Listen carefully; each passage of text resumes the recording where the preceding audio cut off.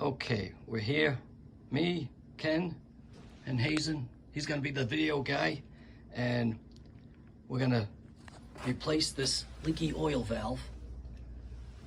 So we're gonna put the vacuum on it, and we're gonna take that. It's a smart oil gauge. We're gonna remove that, tag our vacuum into that. So that's where we're gonna start. So we'll set everything up and come back. So first thing we gotta do is shut off the oil system so we don't call for heat. So outside we gotta take our vent cap off. I already loosened the screw. That comes off.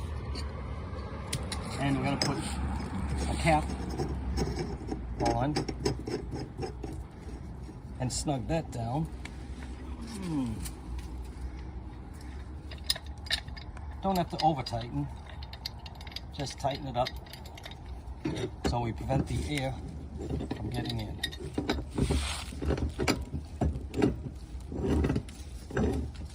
And that's it, back inside. The nipple at the tank before I start, just to see if it's gonna loosen, and it will. So I'm good. All right, so we got our vacuum connected. It's plugged in. I'm ready to turn that. And now you won't hear anything except the vacuum while I take this off. And I've got my other one sealed, threaded, and away we go.